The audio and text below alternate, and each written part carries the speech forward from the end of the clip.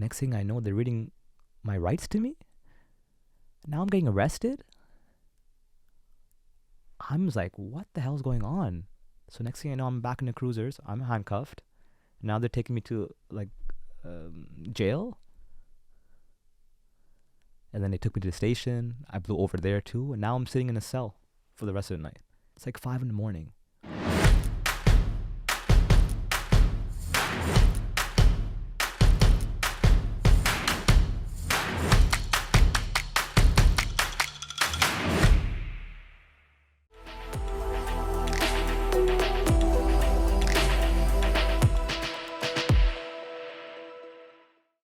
Yanchan, welcome to the Gents Talk Pod. Thank you so much for having me. This was a coincidence in the making. Turns out you know someone that we're working with, and that was cool because he also reached out and was like, you got to have Yanchan on. So I'm like, all right, let's have this conversation. Crazy how the world works. I ended up meeting Toshi in a random car ride going to an event together. I mean, shout out to him for bringing me to that event. Yeah. And he was speaking very highly of you. So, no, thank you for having me. Oh, well, listen, he spoke very highly of you. So, you got a lot to live up to. I'll try my best. So, Yanchan, tell me something. For those who only see your online social presence, but don't know who Yanchan is, what's the backstory there? I'll try my best to keep it short. But, I mean, short story, I'm just a vulnerable Tamil kid who grew up in Scarborough around a lot of Tamil culture and also other cultures. And I was able to find my way through life with using music as my medium to connect.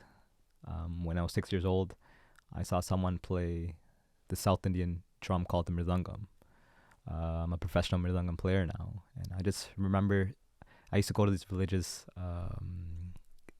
Hindu classes, and then there was a talent show, and I vividly remember like it was yesterday, there was a guy just playing the Mridangam at a talent show. I remember pulling on my mom, sorry, and I'm like, Amma, I need to learn this next week.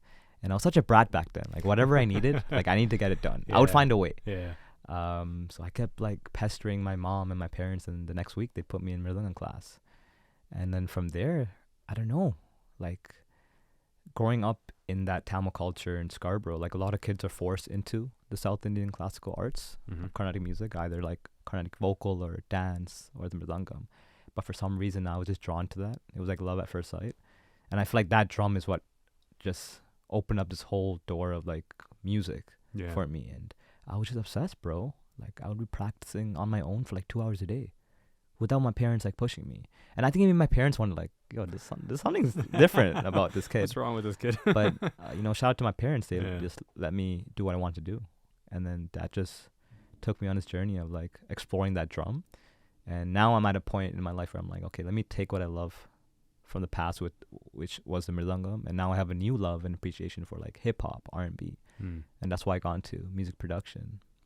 And you're incorporating some of those? Yeah, so now my goal is trying to bridge the gap between South India and North America through music production. Hence why you see a lot of those elements in my production and with the artists that I produce for.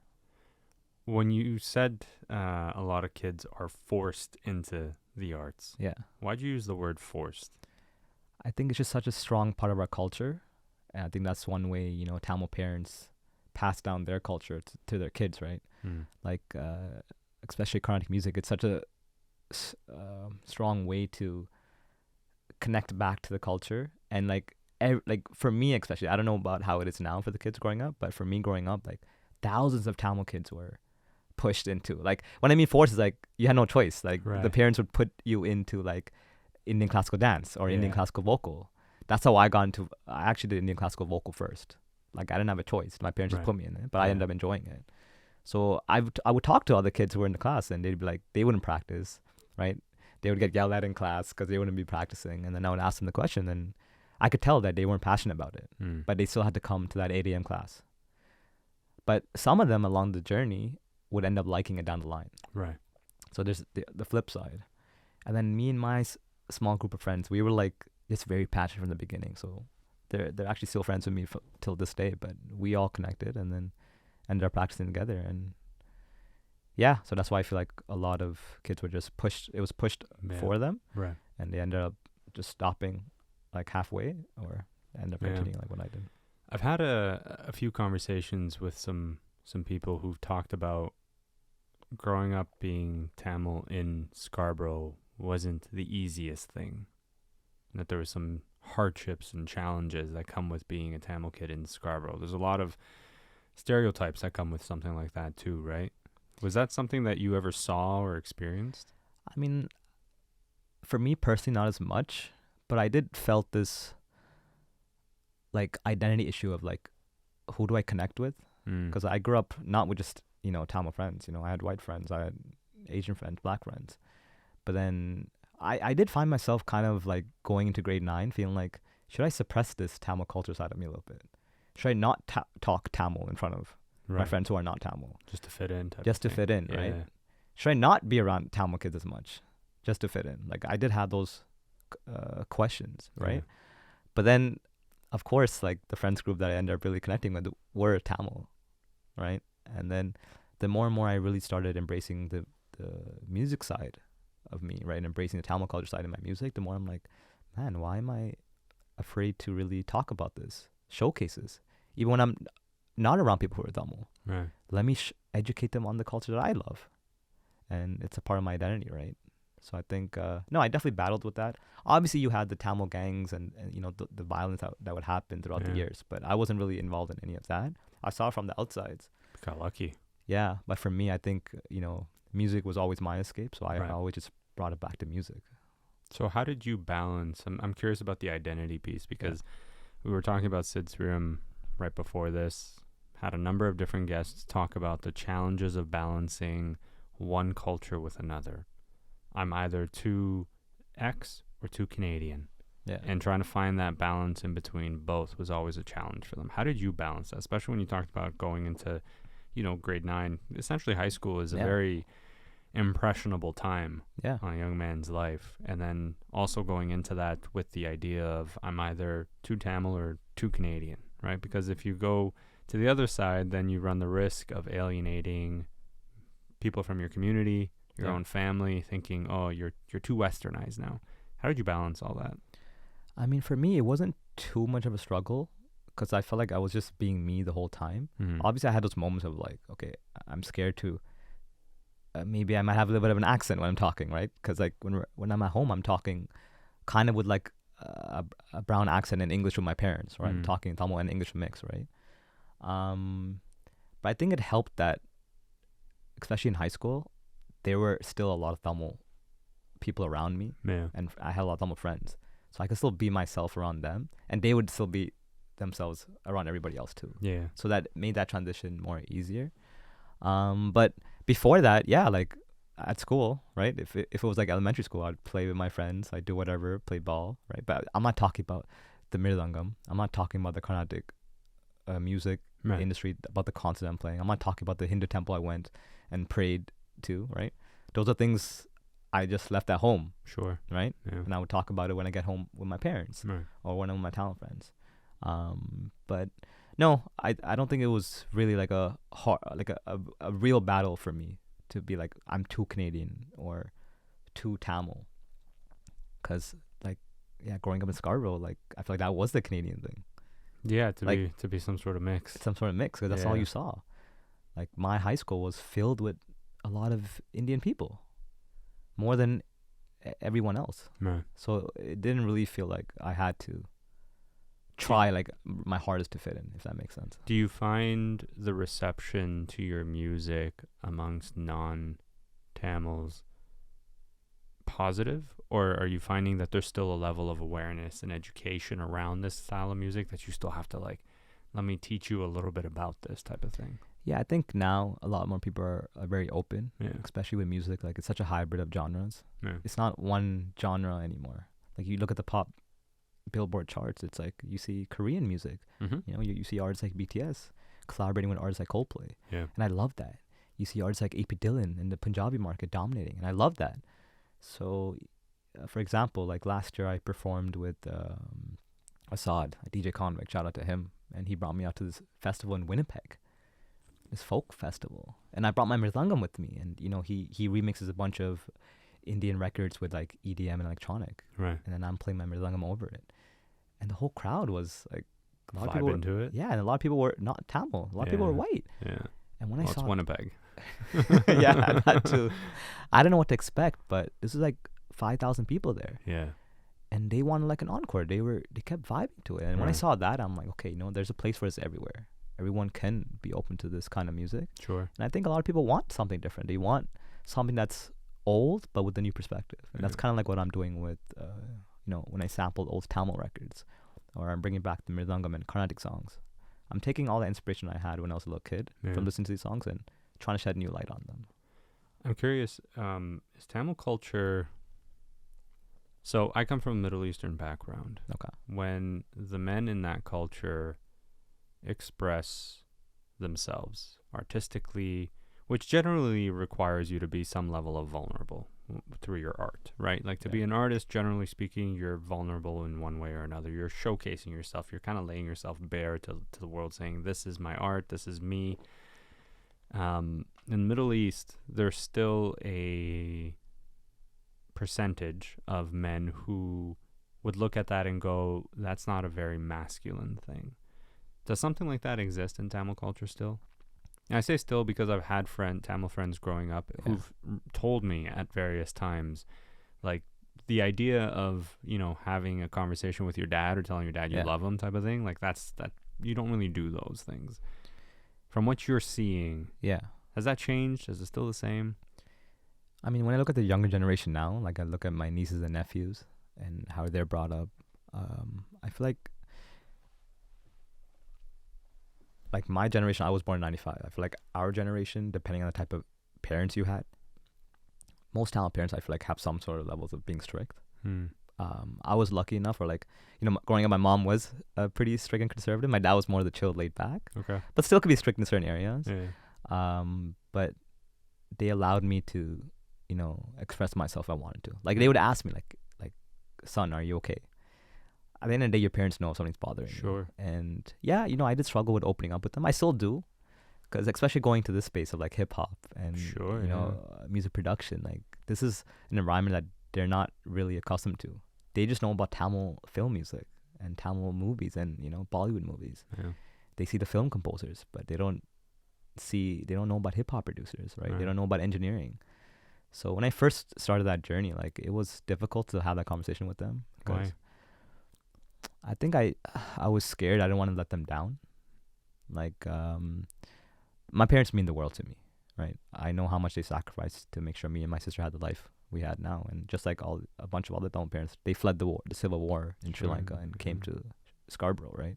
And growing up for me, like food was never an issue, right? They made sure I was good. You were taken care of. I was taken care of. They never showed me the other side of their traumas, right?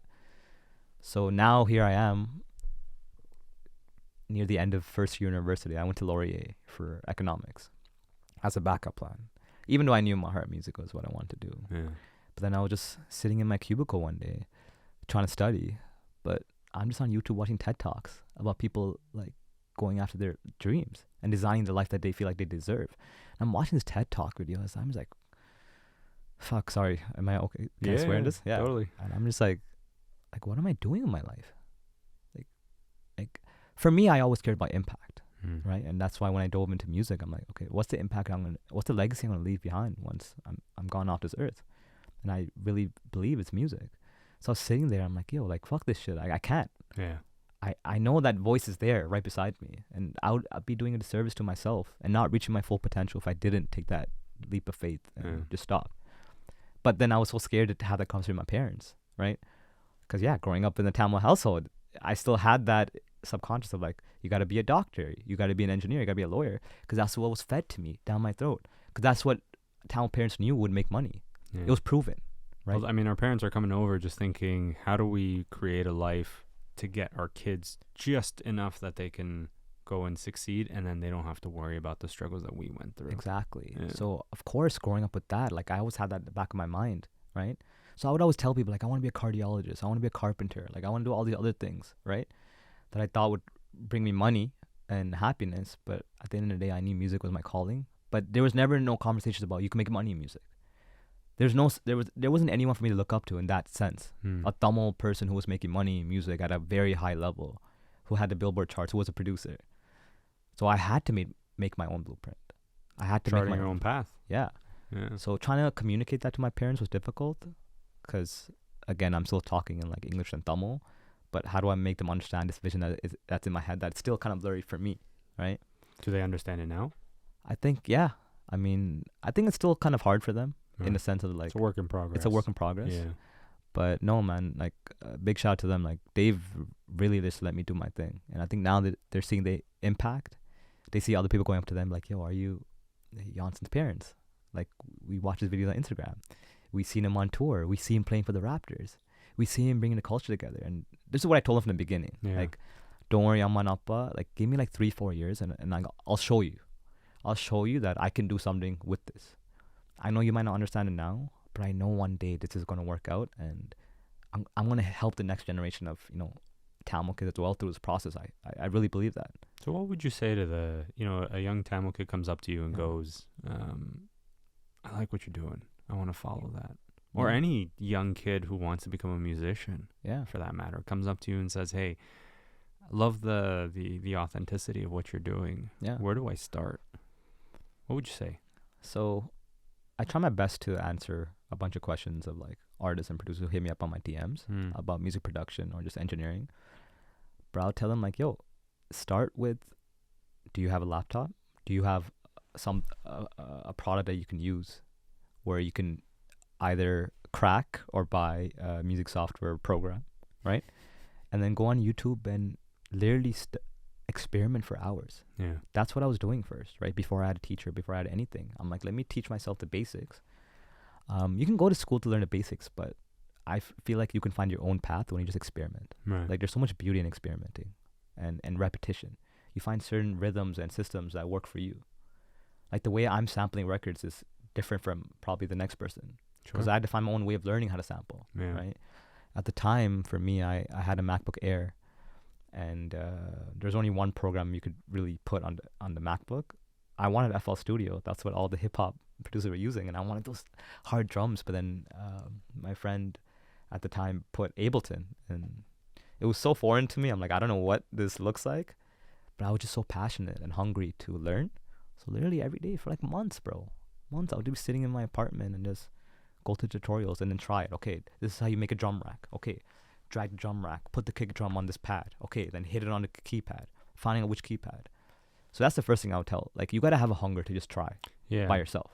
If you can't go past that point, trial and error. I feel like this industry will be very hard for you. So obviously, as you're going through this process, there's moments where you're failing, right? Where there had to be a moment where you thought to yourself, this is not going to work.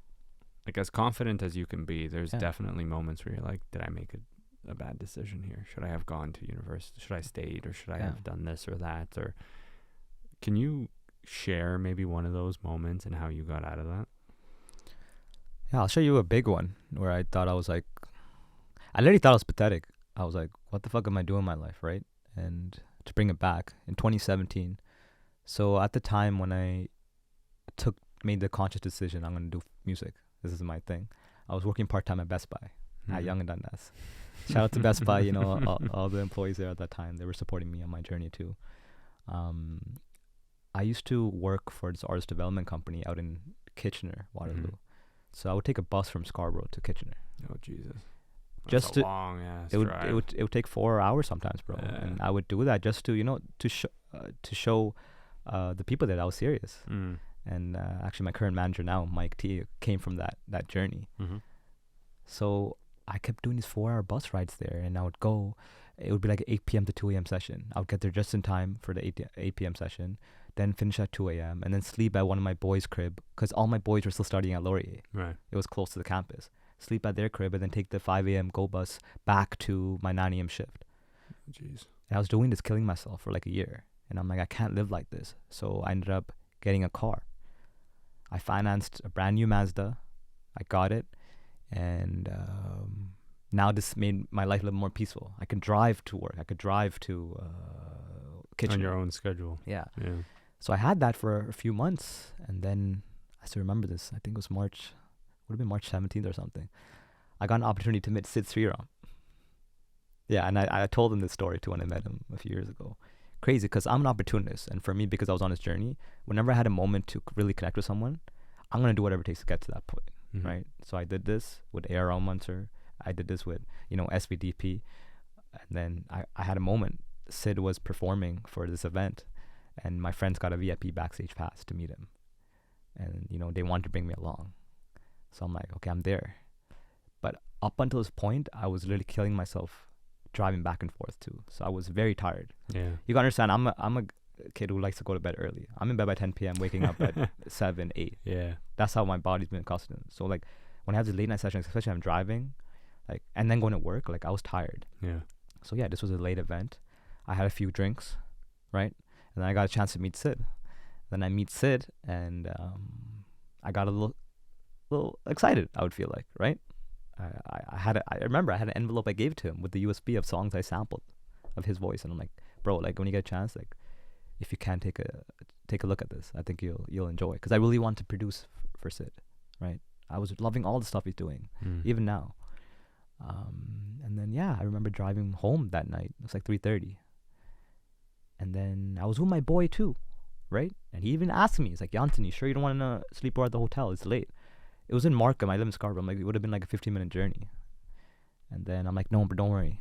So then I drop him off at the hotel. I'm right by Kennedy and like ETR. And next thing you know, I just remember I fell asleep on the wheel for like a few seconds. I fall asleep and I wake up and I smash into a big boulder. So I was on the road, and I think I fell asleep and with my feet on a foot pedal. And this is what I'm telling you, bro. Like this, God has some mysterious ways of working. Like it was an open field, bro, and there was one random boulder in the open field, and that's what I smashed into. So I remember opening my eyes, and I feel like I saw stars, and I thought it was a dream. You know, you have those dreams, but like, what the fuck? This is actual reality. I look, I'm like, I have some scratches on me. I said engine came in. Jesus. Okay, so I can't get out of the left side. I turn around, I look back, and I see my car's fuming. So now I'm thinking this is like going to be like a movie scene. Like, is my car going to blow up? I got to get out. So I had to crawl out of the right side. Then I ran to the sidewalk, right? And I'm tripping, bro. I'm like it went from like the highest point of my life to the lowest point in my life in a span of like an hour. Wow. Right? I just met Sid Sriram. I gave him the envelope of my music. I have this new car that I'm financing, by the way. I didn't buy it fully. And now I just crashed it. And now I might be in risk of maybe a DUI. Right? True. Yeah. And then I'm at the sidewalk, and I remember trembling and being so scared. And I remember trying to call my boy, and my phone dies. And I'm everything that could go wrong. Everything. Went wrong. And I'm like, to make things matter worse, I'm like, fuck, I hope no cops come. 2 cruisers pull up. I'm on the sidewalk, and they see my car. Like, what happened? This is my first time being in a situation, and you gotta understand, bro. I'm a pretty good kid. Like, I don't get in trouble like this. Yeah. And my mom didn't know I drank at that time. Yeah. Right. I told her I wouldn't. Right. So it's like, it's like 4:00 now, and the officers ask me what happened, and I'm like, hey, like it was kind of rainy. I'm like slipped on the side of the road, right? And like, did you have any drinks? And I'm like, I had a beer a couple of hours ago, right? And they're like, okay, we gotta do a breathalyzer on you. And they did the breathalyzer on me, and I blew over, bro. Next thing I know, they're reading my rights to me. Now I'm getting arrested. I'm just like, what the hell's going on? So next thing I know, I'm back in the cruisers. I'm handcuffed. Now they're taking me to like jail. And then they took me to the station. I blew over there too. And now I'm sitting in a cell for the rest of the night. It's like 5 a.m.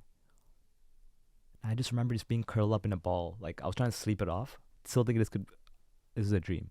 And then they come up to you like, if you want a free lawyer, we have this. I couldn't even call anyone because my phone was dead. My parents probably think I'm still in the studio working, right? And I was there until like 8 a.m. They let me go at like 9 a.m. the next morning, and then gave me my court date papers, and I took a taxi home. And at that moment, I remember like I just felt so down, bro. I was just like, and this is the same time where my my team wanted to bring me out to Miami. They wanted to fly me out to Miami so I could work with more artists that we were developing out there. Mm-hmm. And I was like, I just ruined everything. Like, a DUI is a criminal charge. Yep. I won't be able to fly. Now I'm thinking, how am I going to pay for a car that I just financed? I'm working part-time. I still got to go to the studio. Well, how am I going to tell these guys I'm not going to come back? They're relying on me. How am I going to tell my parents, especially my mom? So, yeah, bro, like, I felt really defeated. But that was probably one of the hardest years of my life. Like, until March, and then going to October, like, I had to deal with that case. So then my parents, I had to tell my parents. Of course. How'd they react? Like, I always yell at my dad, like, don't drink and drive, right? Don't do this. So he's like, you're going to tell me, but then you're going to do something like this? How could you be so stupid? I could have killed somebody else, right? Very lucky you didn't. I'm very lucky. It could have been so much worse, bro. My mom would call me, like, at 4 a.m, like, so many nights just crying, like, how could you do this to me? And I'm just like, I didn't know what to say. I'm like, I'm sorry, Emma. Like, I just made a poor decision, a very bad time. But I think that moment, looking back now, it taught me a lot of resilience. It, like, lit a fire under me where I'm like, I'm going to get myself out of this. So I begged my manager at the time, and I got a full-time job position at Best Buy while still going back to Waterloo. So now that's why I felt pathetic. I'm like, I got a car so I can drive to Waterloo ultimately, but now I'm back to busing it.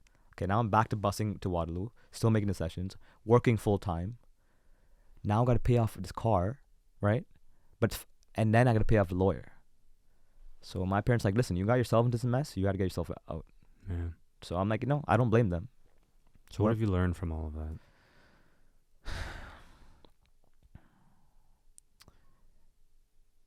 You can't stop by nothing to go for your dreams.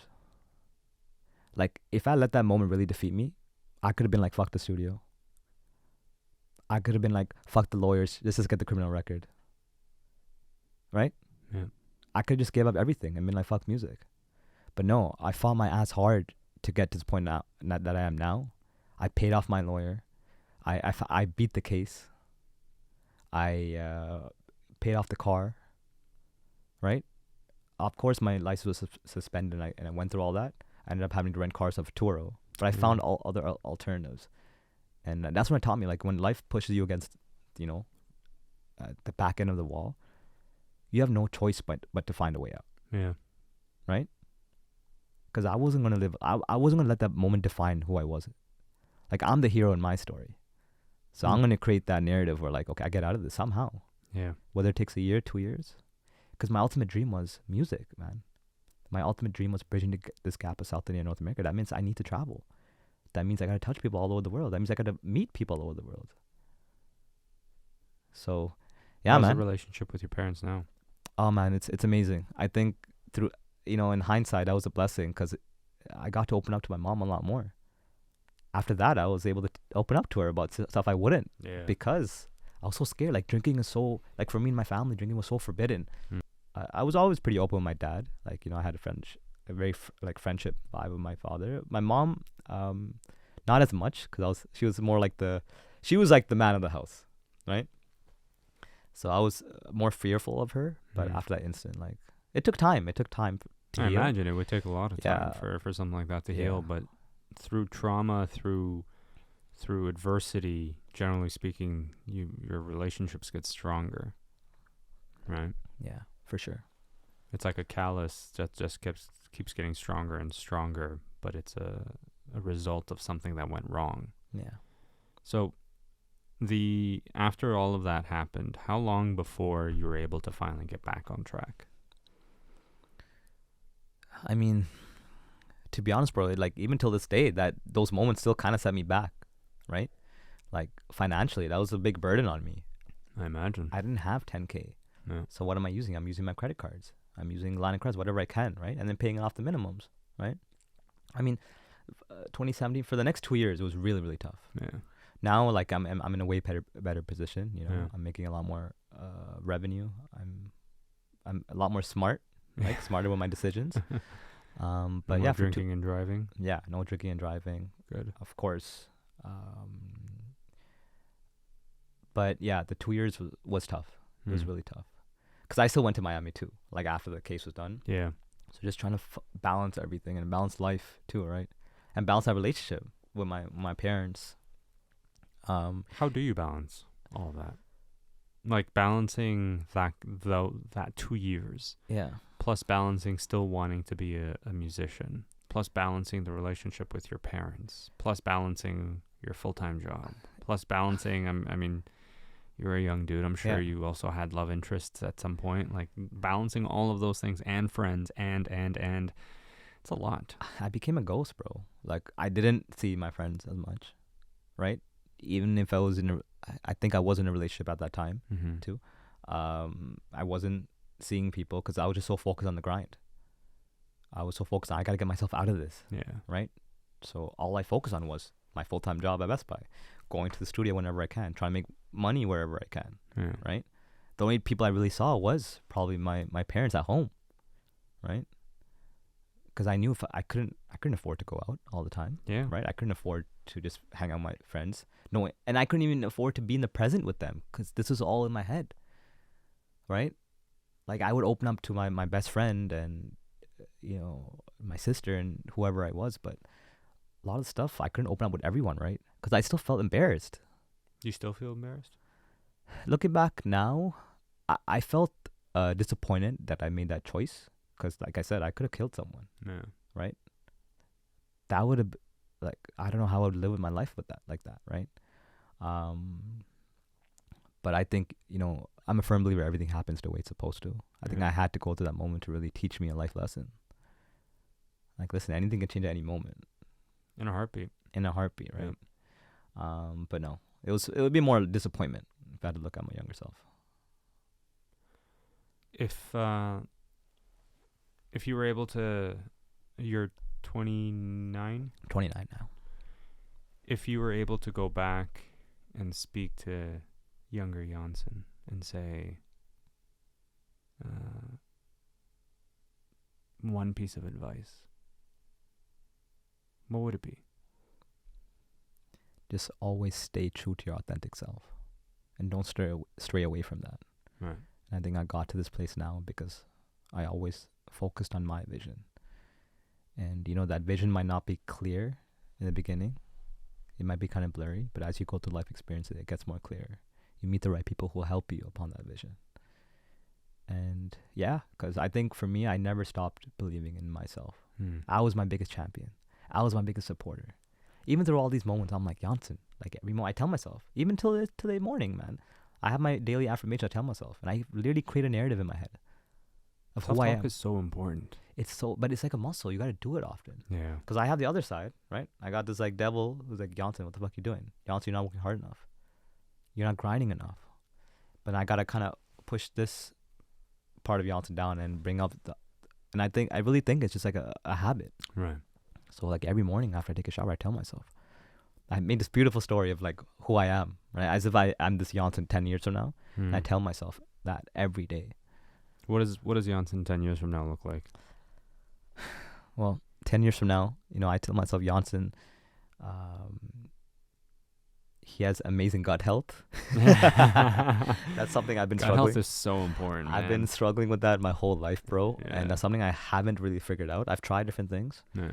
But, you know, I literally talk to my stomach. I'm like, you have amazing gut. You have amazing relationship with you, like your mind and your gut. 10 years from now, Yanchan, you're working with all the biggest artists across all genres of music. You are bridging the gap between South India and North America at the highest quality possible. You're making $10 million in profit towards your business every single year. You're attracting increased amounts of revenue through multiple sources of income every single day. You're not kidding. You really thought all this through. I'm telling you, bro. Yeah. And I really believe you can design the life that you deserve. Yeah. And, you know, I think for a long time, I kicked myself down. Like, you don't deserve this. I don't know why. Imposter syndrome? Maybe. Like, even, like, when my girlfriend asked me, it's like, Yanchan, do you ever take time for yourself? Do you? No, bro. It's tough. Is that healthy, though? It's not. And I'm aware of that now. So now I'm trying to allocate just a day, a Yanchan day. But it's so tough, bro. Because, like, even when I do those days, I'm like, feel guilty. Should I just sit here and not work on music, not go after my dreams? Like, time's the only thing I don't get back. I've read something that said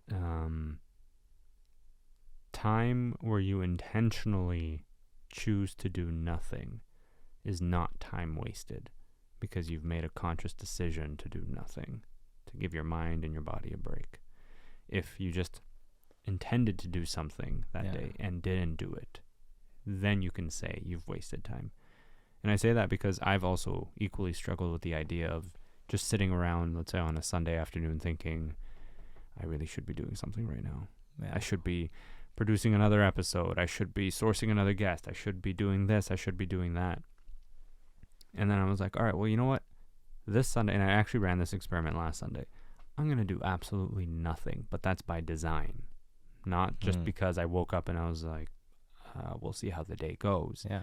It's by design. I'm not going to check emails. I'm not going to respond to phone calls.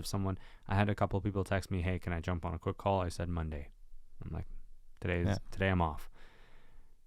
And I was more rested after that one day than the other days where I just didn't end up doing anything, but not by design. So try it. I'm curious to hear if that works for you. That's deep. No, thank you for that. Because I know the feeling of wasting time is powerful when it grips you, when you're just like, I wasted so much time. I could have been doing this and that. And you're trying to squeeze so much into so little, because you feel like if you don't continue, you're going to lose that momentum. And at any moment, you're one bad decision away from ruin. Yeah. And it's like trying to pull yourself back off that cliff.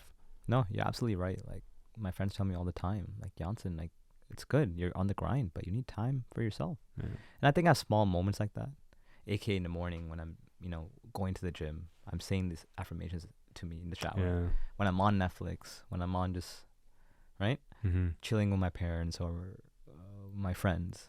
But no, I think that's something I want to do more of, because man, if you're not good up here, it's going to translate in every other part in your life, right? So tell me about the gut health thing. I'm curious because gut health, I've read reports that talked about how poor gut health equals poor mental health.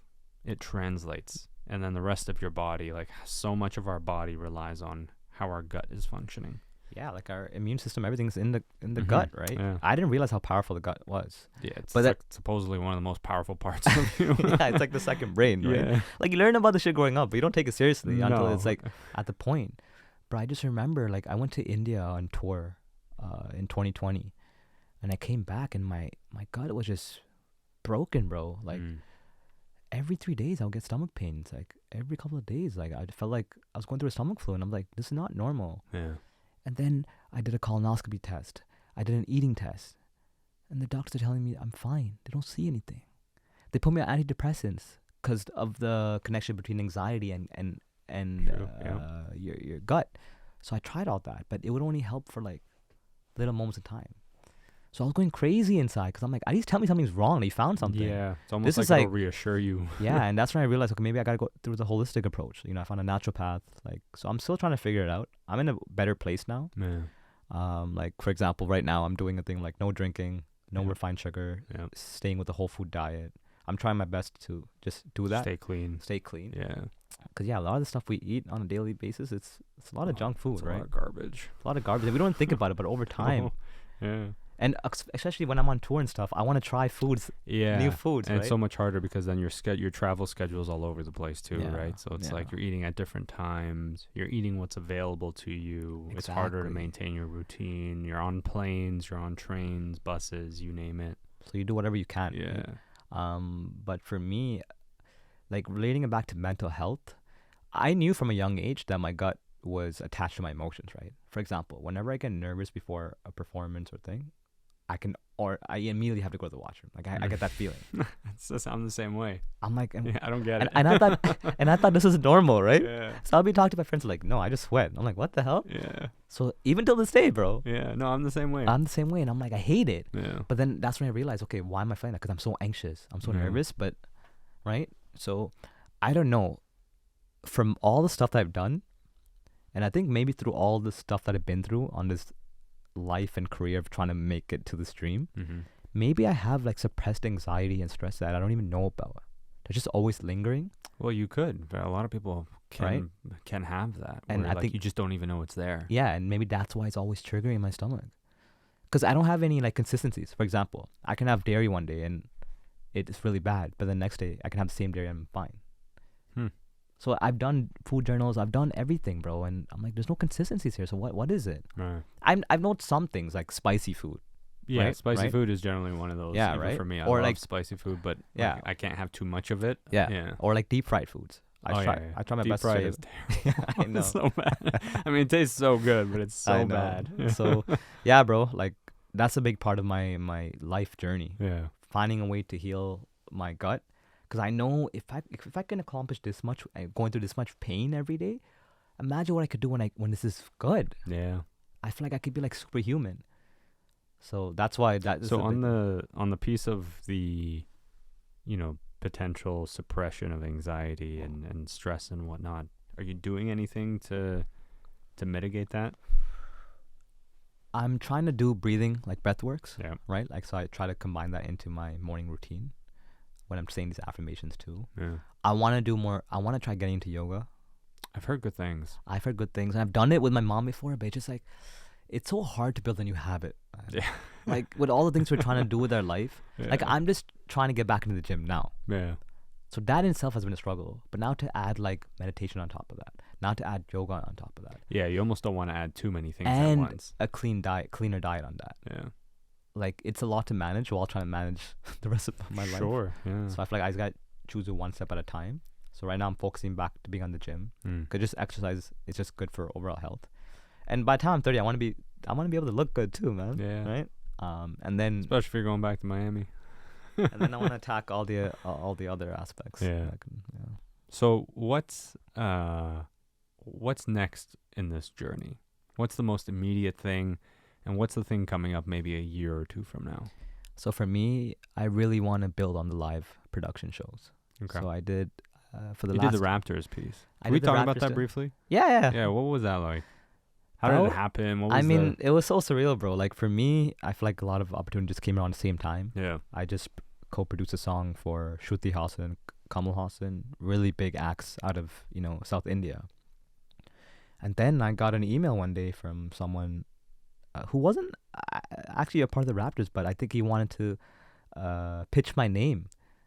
Okay. I think he was just a fan. Yeah. So I think a few Pretty people cool. who worked at the MLSC were fans of my work, and they pitched me to be a part of this first ever South Asian night. Yeah. So shout out to y'all. I mean, and then It's yeah, nice when people do that, I know. right? I Like know. I don't know I don't imagine in that scenario there was much of a reward for them. It's not like a financial transaction where they get something in return, but they just Yeah. saw someone that they liked and they're like, you're good. Yeah. We want to put you Yeah. forward type of thing. Like Yeah. it's that small act of kindness that helps you get further in your career that really and truly doesn't really do much for the person who did the act. Yeah. That's real selflessness. It is, and that's why for me, like everything I do is for my fans too. Mm. Like all the music I do, how I think about these shows, how I think about my brand, how I want to make sure like the fans love it, right? I want to make sure I give them experience, give them something that they're happy with. Yeah. So yeah, a few people pitched my name, and then I got a proper email from somebody from the Raptors, and like, would you be open to doing 2 performances? So one in the concourse before the game starts, and then one during the first quarter. And me and my team, like, we gotta find a way. We gotta get this done, right? Absolutely. Because I didn't realize it was the first ever South Asian night too. Right. I thought it was already happening, Yeah. but I'm like, I gotta be at the first, and I'm like, no, like if it's South Asian night, everyone from South Asia should be represented, Sure. Yeah. and the Mridangam is a big part of that culture Yeah. for talent people. Yeah.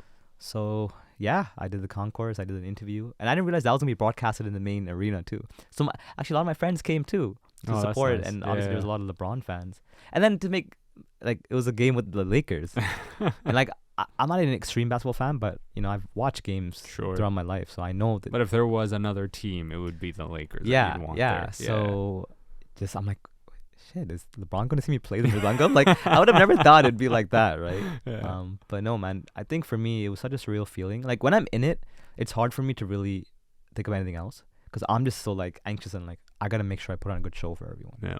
I'm like, Yanchan, you worked your whole life for this moment. Don't fuck it up.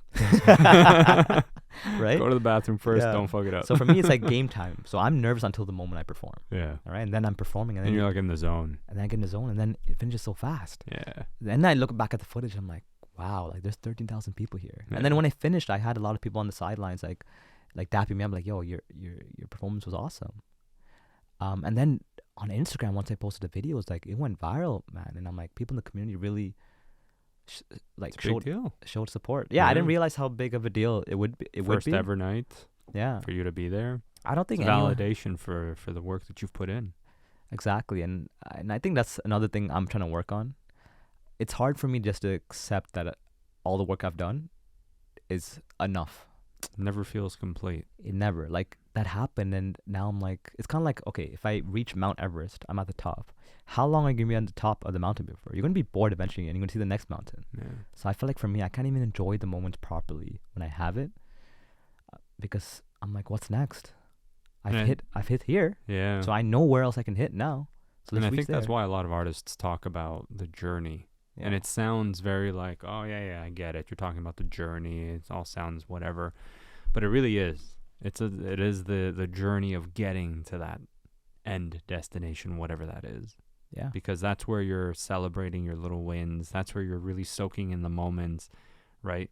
If, you're thinking to yourself, you want to get to Mount Everest, and then you overlook the Raptors moment, like, that's still a big deal, right? And not one to just be like, you know what I mean? Yeah, no, you're absolutely right.